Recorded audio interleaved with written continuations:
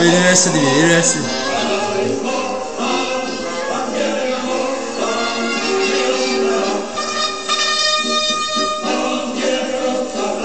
Voi vi state dicendo come mai l'Italia di oggi, Berlusconi, tutta questa gente, diciamo, Fini, eccetera, l'Italia sta cadendo in basso.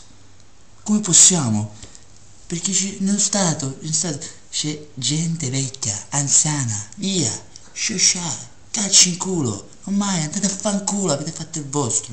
Allora dobbiamo andare noi giovani possiamo trasformare l'Italia, possiamo fare la rivoluzione in questa nazione, che tutti dicono che questa nazione è bloccata, ma noi possiamo sbloccarla. Noi già con la legge 840 dell'articolo 178 del codice civile che parla dell'erba, dell'illegalizzazione dell'erba, come si permettono di non legalizzare l'erba?